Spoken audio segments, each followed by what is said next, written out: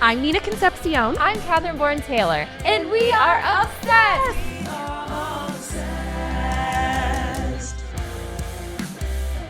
Obsessed is a comedy podcast about your hyperfixations, the ones that keep you up at night, hijack your group chats, or send you down a rabbit hole. Each episode, we deep dive and unpack the niche interests you just can't get your mind off of. No obsession is too weird when you're among friends. We're back. Do you remember that movie We're Back from the 90s with the dinosaurs? Oh, yes. It was like, it wasn't a dinosaur in Central Park. I get it mixed up with that There's one. There's a troll in Central Park. But isn't there like, but in We're Back, are they in New York City? They're also in New York City. Yes. Okay. And yes. They like are in, I think, the Thanksgiving Day parade. Yes. Everyone thinks they're balloons, but they're actual dinosaurs. And he sings "Roll Back the Rock." Yes. That was like those animated movies that weren't Disney, but like kind of Disney adjacent feeling. Completely. Yeah. But they weren't. Troll in Central Park. Yep. The one where they're flying on a bed. Oh, Nemo. Oh my God. Fievel. Nemo like unlocked something in my brain. Like thinking about that, I was so obsessed with that movie when I was little. Like it was scary. Scary. It was really scary. Yeah. I need to rewatch it.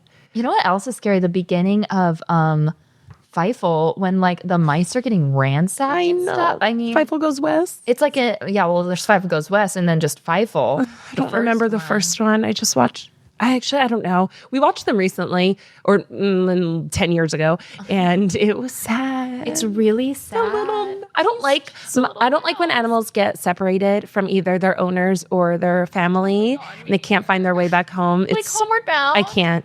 Oh, it's too sad. It's just too sad. Oh my God, how are you? Oh, I'm doing good. I'm tired because actually this ties into something I'm obsessed with. Okay, great. I'm obsessed with like being outside at night right now. Okay, love. I know the daytimes, it's like 80 degrees in February. It shouldn't be. Blah, blah, blah. There's obviously a problem.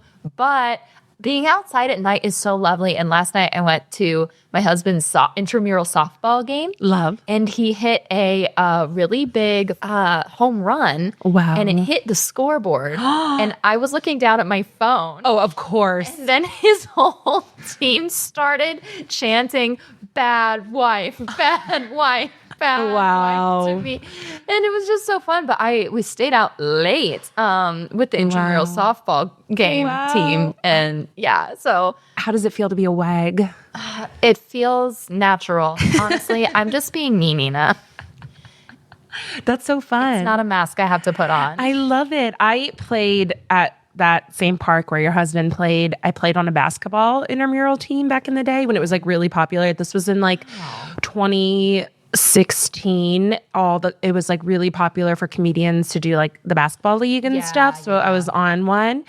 And then also when I was a Paramount Page, we had a softball league and we played in that park. It's good networking, right? I know. I got hit in the head so hard with a softball. And looking back, I'm like, I should have gone to the hospital. Oh, people, their eyes like become dislocated or whatever. Like, it's so scary. People should really be wearing protective gear.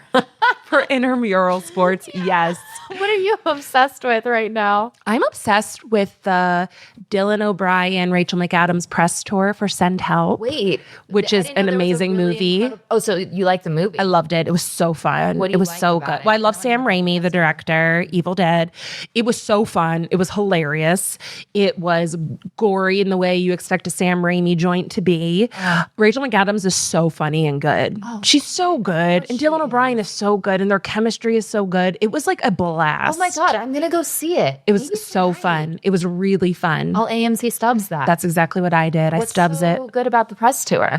They're just adorable. And like, it's so funny because Dylan O'Brien is like such a big fan of Rachel McAdams and like can't believe that she like wanted him for the role and stuff. And like, yeah, they're just adorable. They just seem like friends and it seems like it was really fun filming. And yeah, I know press tours are probably like, they're all contrived and manufactured, but it seems really fun. Art to it. Like, yes, they seem exhausting. The Wuthering Heights press tour right now is also really fun. Oh, is it? Margot Robbie's looks like, it's like Barbie again, how she turned these just iconic Yeah. looks. And the same thing is happening for Wuthering Heights. Okay. Like her outfits and everything. And it's really cool and fun. It's like a fashion tour. Yeah, exactly. Yes. Yeah. Send Help, I can't recommend enough. I loved it. It was so fun. Oh, cool. And it was gory and wonderful. Oh my Yes. Maybe I'll go see that tonight. I highly recommend. It's just like basically those two for like the entire movie.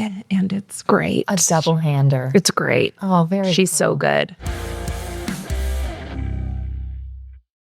We are so excited about today's episode We're so excited. because it really brings us back to our roots, I would say. Yeah, what we're really all about. Which is fan fiction. Fan fiction and just being obsessed with a story to the point that like your mind has to create even more of it for you to consume because there was not enough on your plate that you're given.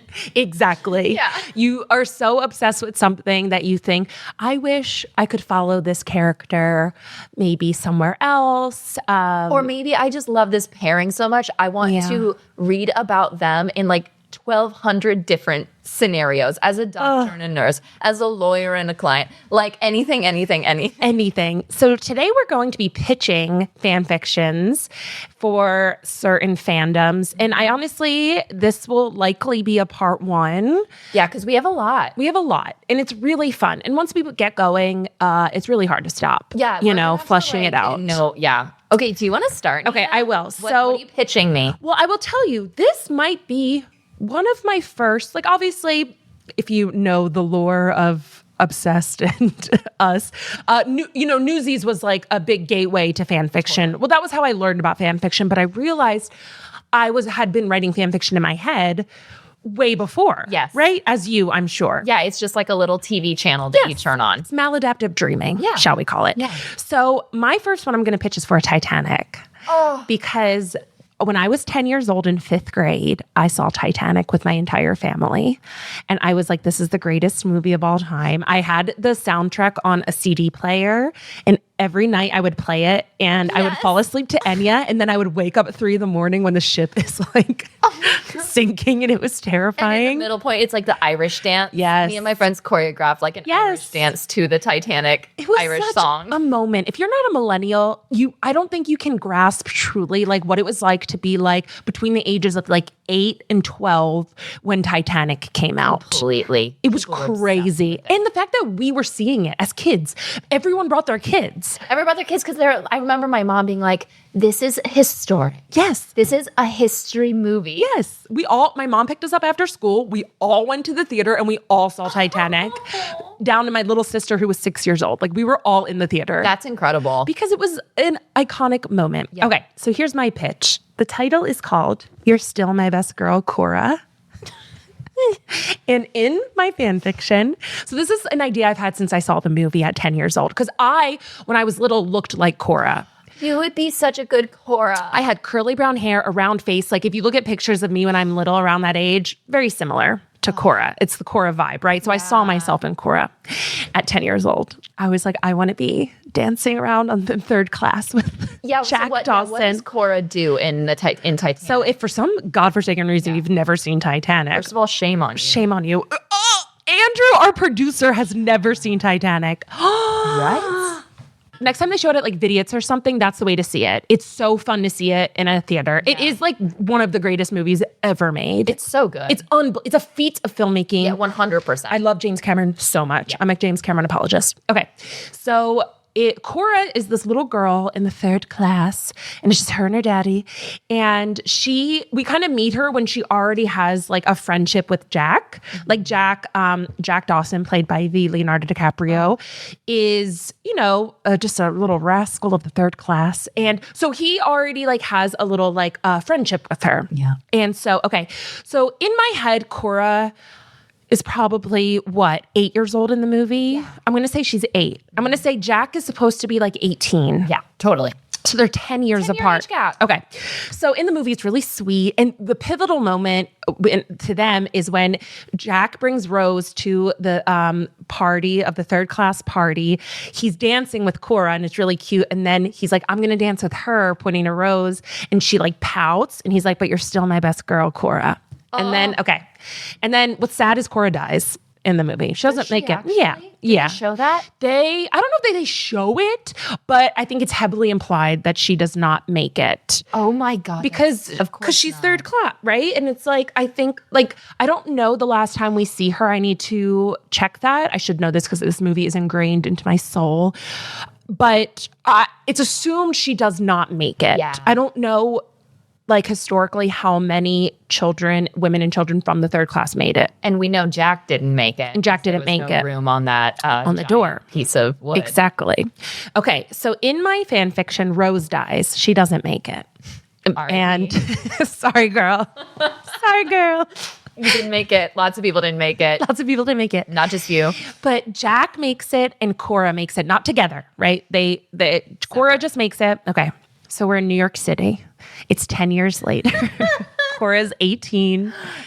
Or maybe she's even older. Let's be her. She's 21. I like 21. 21. I like that. And he is 31. Okay, it's back in the day, Yeah, 21. We'll make her 21.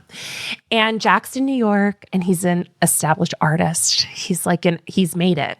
And because his love of Rose, here's the thing, it's not a Rose bashing fic at all for a second.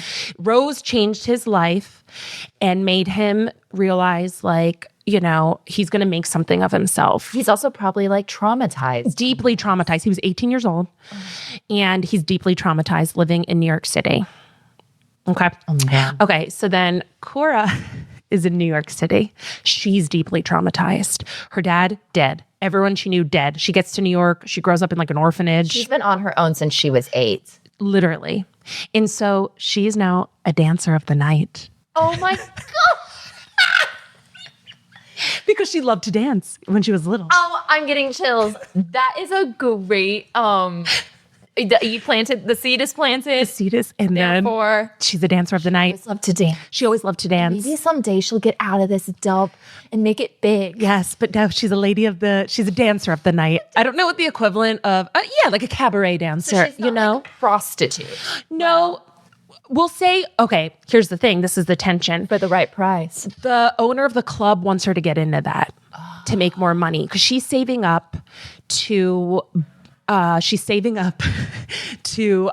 either, I wonder if she wants to like buy, like maybe she has a dream, right? Like her dad and her always dreamt of like living in New York together. The dream needs to be something that's going to eventually get her out of this. Exactly. So that the going even deeper seems like it might be worth it because eventually that's going to be the way she gets out. I think maybe she wanted to, I'm totally taking this from Little Women, but I love it. She wants to like open a school or something for like young girls. Because her dad, like, and because then at the end, they're going to open the school together and he'll have like a thing for like art and she will, and maybe it's like a dance to become the Brooklyn Academy of Art. This is the origin story. So she wants to open a school for the arts, we'll say, for underprivileged youth. She loves to dance. She loves to dance. And so Jack is like, what, 31 in New York? Yeah, He's never established. He kind of sleeps around. Is he, let me ask you a question. How financially, like where is he at financially? Is he like a struggling artist or is he like, I think he's made it. He's made it. Because then we still have this class tension. And now Jack's on the other side. that's really good. He's first class now. He's first class, baby. And so he is like the hottest new artist in New York City. In the year 1930. Yeah, what year is it? Despite The Depression. like the Depression, Jack is one artist who's not struck. It's an alternate universe. Okay, it's the Great Depression, but Jack is thriving. Okay, so he's a famous artist. Cora is a dancer of the night. One night, Jack's friends are like, come on, we're going to the club. Yeah. He's like, ugh, I can't. And Jack is like still a rascal, right? He like kind of sleeps around, but he hasn't settled down. And at night, he like yearns for more. He's lonely. Mm-hmm. He goes back to his gorgeous brownstone. He's by himself. Maybe he thinks about Rose. Yeah. He's lonely. Yeah. And so then he sees Cora dancing. Like, does he know it's her immediate date? I think he's like looking at her and he's like, I know this person from somewhere. And then, so, okay, he sees her dancing and he's like, oh, she kind of looks familiar. What? But he's uncomfortable. Then his friends buy him private dance. Takes him just In the private dancer, she's wearing like a veil. her face is veiled. She's veiled. She's a lady of the She's a lady of the night. I'm crying. And so Jack is in the room and he's like, I don't want to do this. You know, I have a big exhibit tomorrow. Yeah, is he like, oh, listen, you don't have to do this. He's like, here's some money. You don't have to do this. And she's like, no. And then she takes off the veil. And I think it's like, Does she know who he is? I think they both realize it. When she takes off the I think so. I think I want it to be like immediate because then he's like, because I need the first interaction to be like, what are you doing? Like he makes her feel ashamed. And she's like, how dare you judge me? Like, you don't know what I've been through. It's like that. What would you do If your son was at home crying. That's like in Bridgerton style, it plays with like strings, you know. And she's like, and I think like because look, she was 8 years old. So like, I'm trying to think like how hard it would be. But I think at first she's like, I don't know you. Like, who the fuck are you? I think if you really want, depending on how deep you want to go with this, you can play with memory. Yeah. Like how memories get distorted. Yeah. Especially when you're young and a child and go through a trauma. Yeah. Like, I wonder if she... The last thing she remembers is dancing with him. Yeah. Because her mind is blocked out. Yeah. Everything.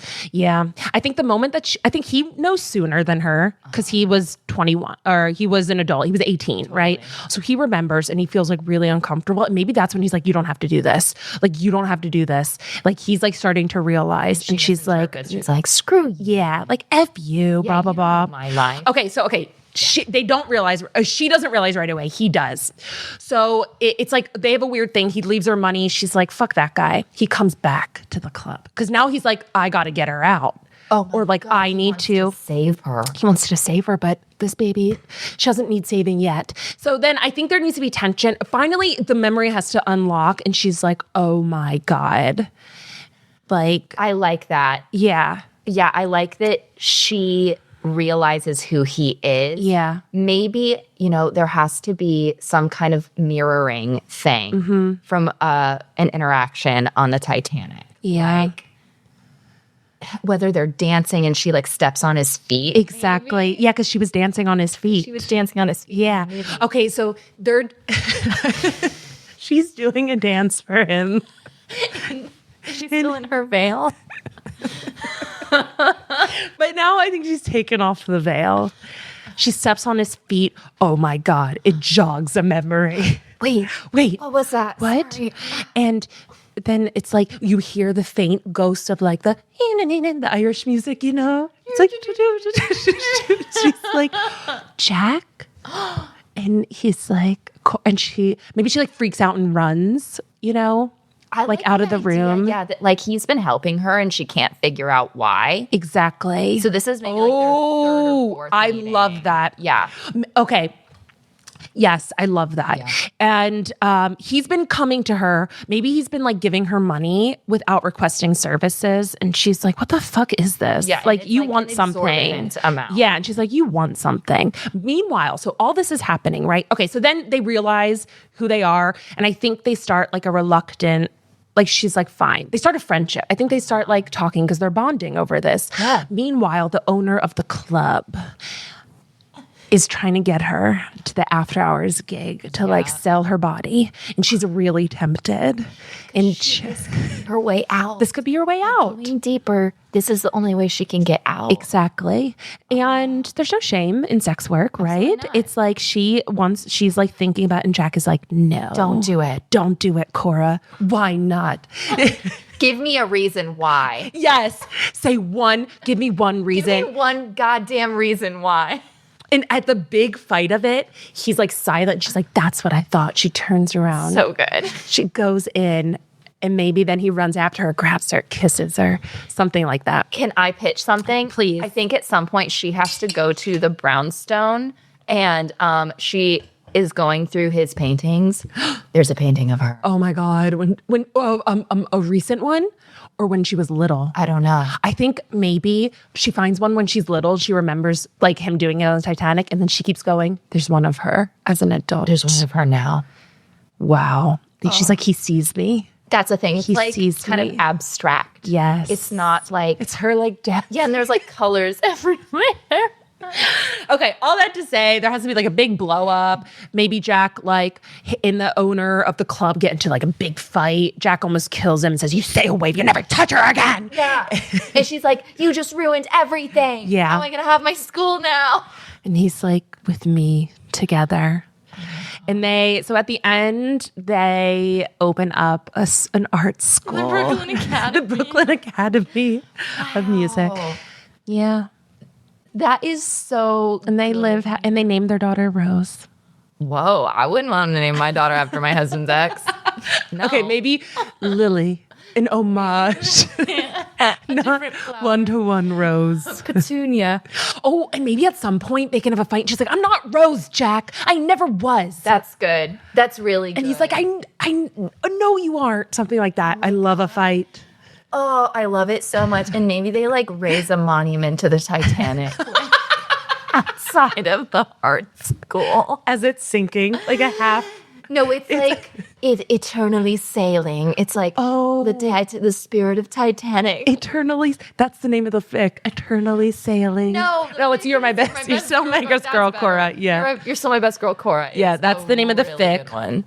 But the end chapter is Eternally Sailing. That's what the final chapter is titled. It's just like them as like 50-year-olds like standing in front of the monument, like. Okay, they name one of their sons Fabrizio. After Fabrizio. I know. And then Tommy, the Irish guy that dies. Anyway, love it. Oh my One day I'll write it. I don't know if there's even a Titanic archive of our own section. Oh, what are you talking about? There's a huge. There has to be, My friend right? was writing Titanic fics. Okay, great. Circa 2003. So Okay, I know great. for a fact that there's probably some really good ones. There's probably really, really, really good ones. Any major hit like movie or book Yeah. that was big when millennials were like you said between 8 and 12. Yeah. I feel like might have really good recently written fanfics now because these are things that have just percolated in people's minds since they were children. It's been in there. Oh my God, I love that one so much. You really thought that one out, and mine I did. is not gonna No, but we'll flush it out together. Yeah. I only really thought out the setup, and then you got to figure out the middle. I'm not good with the middle, but I know the beginning I know the saggy and the middle is end. hard. The saggy middle is hard. Yeah. I think this is like a 10 chapter fic. I agree with you. I could see it being told in 10 chapters. I love a good 10 chapters. I think it could be helpful if maybe her boss is more of a like threat.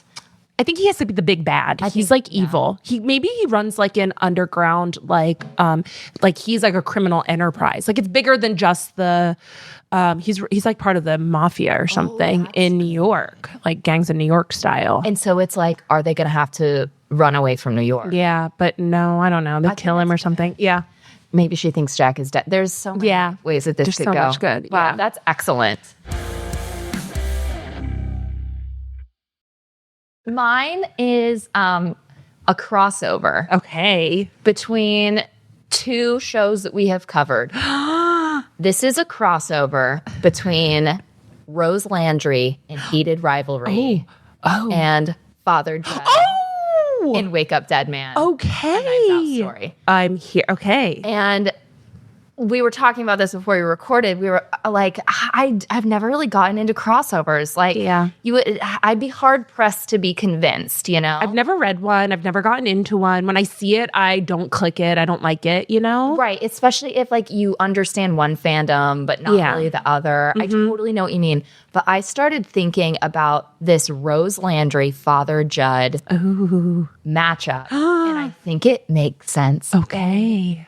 Here's what, really quick. Rose Landry is the celebrity actress in Heated Rivalry who dates Shane for a while. Father Judd is the priest played by Josh O'Connor in Wake Up Dead Man, Knives Out. Go listen to our Hot Priest episode. Yes. Go listen to our Heated Rivalry episode. Yes. Okay.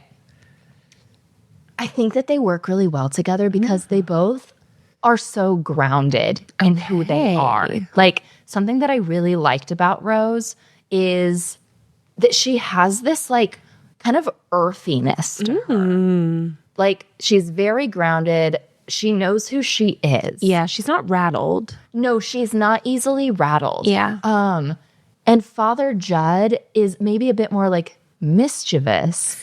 A little more. Well, he's a little squirrely. He's a little squirrely. Yeah. But he knows who he is. Or so, and what he's meant to do. yeah, or so he thought.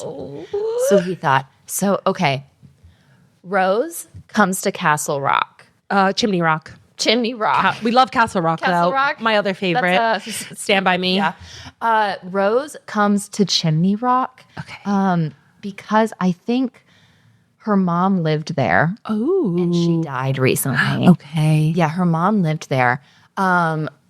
Rose, of course, has to like kind of move into this house and like clean it out. Oh my God. And she's a huge celebrity. She's a huge celebrity. So that's the thing. She's like pulling focus in the neighborhood. Oh my God. And Father Judd doesn't mind that because he doesn't need focus to be on him.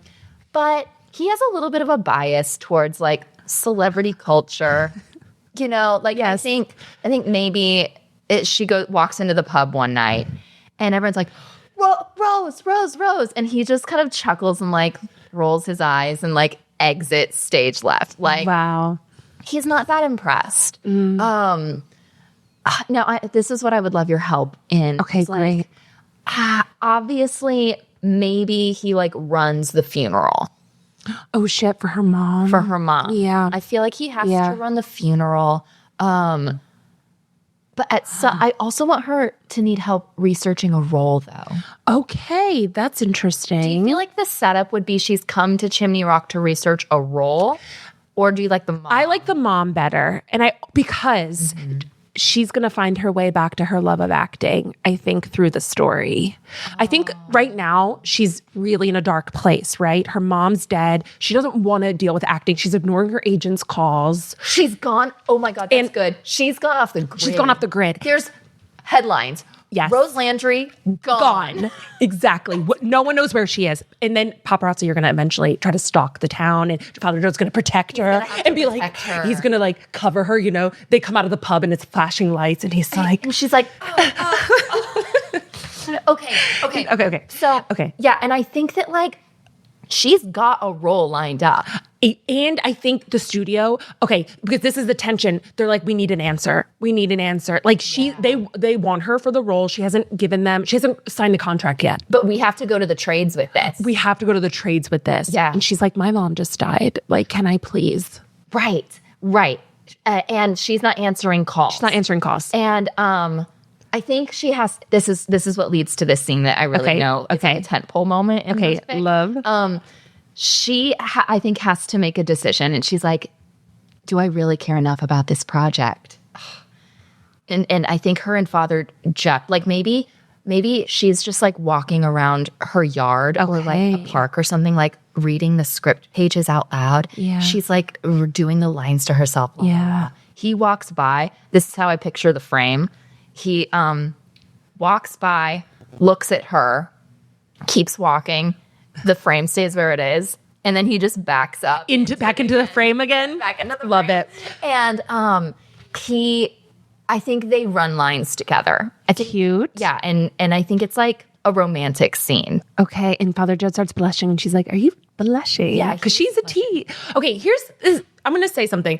This is why I don't understand crossovers, because I feel like this could just be a story of a famous actress We could literally just do that. I know. I'll do that if that's better for like optics. I know. I feel like crossovers get a bad rep, and I don't know that this story would get the hits. I don't know. I'm very curious. Well, I think you could do just Because you could just pull, actress. but you could like be like she's inspired by, as you're writing it, the character of, you know. Exactly. But I do think that like when you're making a story, it is actually really fun jumping off points of like what are the two like archetypes I'm working with here?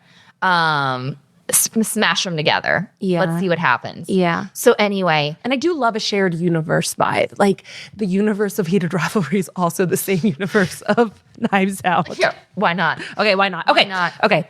Okay. So he's like, I think you would be really good in this role. I think you should take it. And she takes the role, but she's going to be here for another month to like sort through her mother's things. I think he helps her with that. He starts going over. There's like pictures that they go through. Love. And I think like he is in stark contrast to the like predatory world of Hollywood. Yeah. Can I pitch something that happens? Please. So before maybe she accepts the role, when she's like, what am I doing? My life is empty, all this stuff. He recruits her to like help with like the pageant or something, the little like play that the children are doing. Is so good. Oh my God. And she's like, she loves it. And she's having so much, even though she's not a believer. But she helps the kids put on this like little play. There's a little kid who like is afraid of speaking loud. Exactly. And it's very like Shakespeare in Love. Yes. Where it's the night of the play and they're like, two shepherds. Yes. La, la, la. And Father Judd Father Judd, like, there's a scene where he's like walking past like the, the multi-purpose room and sees her directing them, and he just watches her and he's just like, I love oh my God. that. That's such a good idea. Yeah. So, okay. I think there's a night where for some reason they get trapped in the woods. Love. They're trapped in the woods. They have to seek shelter in a cabin that she knows about. Because she lived here till she was 18 years old. And she knows that. They have to seek shelter in this cabin. Oh my God. And it's pouring rain. It's pouring rain. I think there's like an old cache of like whiskey. Maybe this is like a moonshiner cabin. Okay, love. And she used to drink here in high school, maybe with her friends. Yeah. This is where she used to go in high school. Yeah, this is where she used to drink in high school. So good. So they're just like there all night. Oh no. And I think that there's like a heavy makeout session. There has to be. Do they almost like do it? I think they almost do. But he's like, I can't. And no, I think she's like, you can't. You can't. And he wants to. Because she really is good at intuiting. We know this from Rivalry. When someone is just like, it's not that he doesn't want to, like she can tell with Shane, but it's like, I don't want to do this unless someone is all in. Yeah. And that's like her whole thing. It very much like, I won't have you until I can have all of you. Exactly. That kind of thing. And he's like, damn. And so it's like awkward the next morning. Or is she gone the next morning? That's the thing. I think she takes this role. She like, oh shit. I think the night before she leaves? Yeah. I think she's like, she gets home and she's like, what am I doing here? Yeah. What am I doing here? Like, am I going to live here in Chimney Rock my whole life? Pining over that. Like, I have to like move on from my mother. Mm-hmm. So she makes a call finally to her agent. The agent's like, Rose, where have you been? The people are going crazy. La, la, la, la, la. And she's like, go to the trades. I'm taking it. I'm taking the role. And I think maybe it's like an iconic role. Like she's recreating like some kind, like Cleopatra or something. Wow. So she's like, I'll be back within 48 hours. I think her and Father Judd are not talking. Okay. But the night before she leaves, she goes to him just to like tell him that she's leaving. And he has like a very, oh no, this is what it is. Maybe she kind of that night at the pub or something gets outed that she's like leaving the next day. And Father Judd hears this. He's like, what? And it's that thing where people are like, why? This priest is really like concerned about her leaving. Like, that's odd. Yes. He has this like adverse reaction to it. She's packing for her flight the next day. Shit. He knocks on the door and he's like, well, so are you ever coming back? Da, da, da, da, da. And she's like, well, I don't want to make your life harder. Yeah. Like, and I have to go back to my life. Yeah. My life is not here. Yeah. Do you think that they hook up for real? Because I have like night a time before, jump. I think there's two ways we could do it, right? They hook up and then she leaves. And it's not maybe it's like really rushed or something. Like it's not great. She's gone by the time he wakes up. She's gone by the time he wakes up. Oh. And it's like a little, it's just like more of like, it's really sad. Because she assumes that she knows how he feels. Exactly. But what she doesn't know is that night was life-changing. For him. Yeah. And he thinks maybe she left because she like regrets it. Exactly. Miscommunication. She's just like a celebrity. Like exactly. Vapid. Yep. She could have any man. Yeah. Okay, so there's a time jump. So there's a time jump. It's like 2 years later, Oscar night. She is nominated for an Oscar for this role. Wow. That Father Judd encouraged her to take. Okay. That really like came to be like such a meaningful project because of her time spent in Chimney Rock. Okay. I think that she wins. Great. In her Oscar speech, she thanks her mother and she thanks the people of Chimney Rock. Wow. For like welcoming her in. I think maybe she like looks right at the camera and says some kind of line that Father Judd knows is exactly it's talking to him. Yeah, it's talking to him. And so it could end there. Yeah. It could end there. Or I think if we want to do a part 2, maybe someone that she's like kept in touch with in Chimney Rock, like FaceTimes her from the pub where they've all been watching the Oscars. Okay. And it's the town. And, you know, they're like, Rose, you did it. Da, da, da, da, da. Look, the whole gang is here. Turns, Father Judd is just... just there. Just like, there, like, oh my God. Like, is that Rose? Oh my God. And I think like in a part 2, it would be like, she doesn't know that Father Judd has started to like go through like stepping down from the priest. Yes, I think so. Yeah, he's still like wants to take care of the community. Yeah, she doesn't know that he is like about to step down from the priesthood. I love it. And yeah, and I think part 2 is like her figuring that out. There's like more miscommunication. La la la la la. Yeah. Maybe he comes to her, perhaps. Okay. Yeah. And a priest in Hollywood. Judd in Hollywood. I love. Also, does she live in New York City as an actress? Oh, I kind of like that more actually. Because then it's like she's not that far. She's like upstate. Really good. And that's like a thing. Like famous actors, A-list actors live in New York City. That's so true. So I think she lives in New York City. Maybe they meet on a train on accident. Like in part 2? Yeah, like on a train platform. She's going up to Chimney Rock and he's going down to New York. It's very north and south. I like it. And yeah, they like meet on the platform in the middle. Wow. Is that the end? It's almost like, and he's not wearing a clerical collar. And someone, or like she just notices people keep just referring to him as Judd. No father Judd. And yeah, and she puts together that he is no longer a priest. This is like the ending of Your Name, you know, when they're just like on, isn't the very end, the very, very end, they're like on the stairs and stuff and they just see each other. And in Your Name, which is my favorite movie, it's an anime, they just see each other and are like, wait, don't I know you? Yeah, it's like, oh. Yeah, I think they see each other on the platform and maybe he gets on the train to go back to Chimney Rock with her. Yeah, I think like so. That. And then it's like they're going to end up together. Yeah. They're going to make it work. I love it. That's so fun. What's the title, you think? Okay, let's see. I think maybe the title, it's something about like, it's like Stars in the Sky or like... Stars in the Sky. I was never good at titles. It's hard. I think it needs to be. When I hear one, but it's hard for me to come up with them. Yeah, it needs to. I think like, oh, this is interesting. Yeah, we'll percolate on it. Yeah, we'll think about this. Yeah.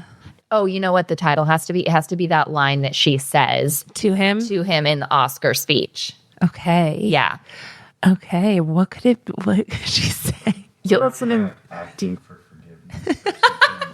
Or like a beginning actor's guide to falling in love with or like Oh, a that's beginning fun. actor's guide to the clergy. That's or like something. cheeky. It's cheeky. It's a little too rom-com-y. For like home stars. Home stars? That's what I would name it. All lowercase. All Like lowercase. home stars. Home stars. Oh, lowercase specifically. Yes. Oh my god. Home stars. Because it's like we're home and she's a star. I just think of Homestar Runner when I hear Homestar. Home stars. All lowercase home stars. All lowercase. Oh my god. That's Or like home is wherever I'm with you. home is this home? What is home? Searching for home. Searching for home. Searching for home. And the thing is that they are each other's home. They are each other's home. Searching for home. For home. A Rose Landry Father Jet crossover fic. Parenthesis home stars. Homestar. Yeah, I like that. Searching for home, parentheses, home. Home stars. Look, wait, the people that get it, that will get it. Yeah, the people who can see it Okay. understand. Okay. Oh my Wow. God. Wow, this was so fun. I loved this.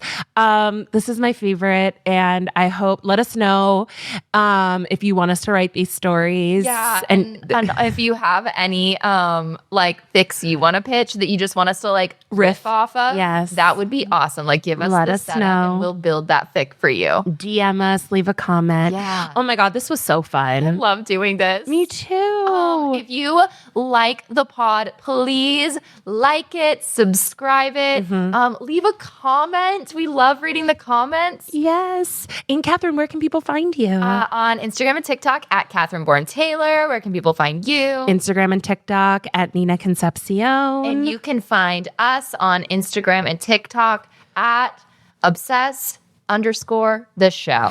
And make sure you subscribe to backdrop.fm, become a member. You get bonus apps. You get all sorts of goodies. It's really fun over there. So. Yeah. All right. Thank you. Stay obsessed. you.